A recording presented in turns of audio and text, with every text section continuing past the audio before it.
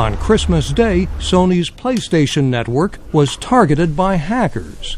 Pada akhir Desember yang lalu, jaringan Sony PlayStation menjadi sasaran peretas.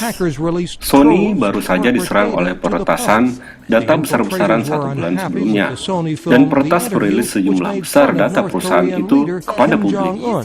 U.S. authorities believe North Korea was behind the attack. North Korea has denied it.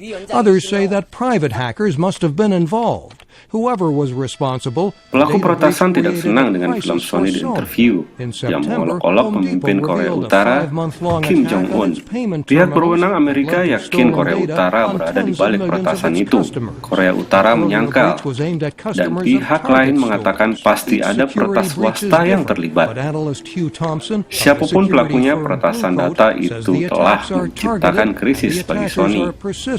And that off-site hackers often focus on specific employees. People like system administrators, and then going online to social media and finding out what their favorite restaurant is, what their favorite sports team is, and then crafting an email that looks so painfully normal that you really think that it is from a friend or is from a colleague. Pada bulan September lalu, jaringan toko Home Depot mengungkap serangan selama 5 bulan terhadap terminal pembayarannya yang mengakibatkan pencurian data dari ratusan juta konsumennya. Co-founder Feng Mengong says that today some hackers belong to complex organizations and they're patient. So they can get hold of a lot of toolkits.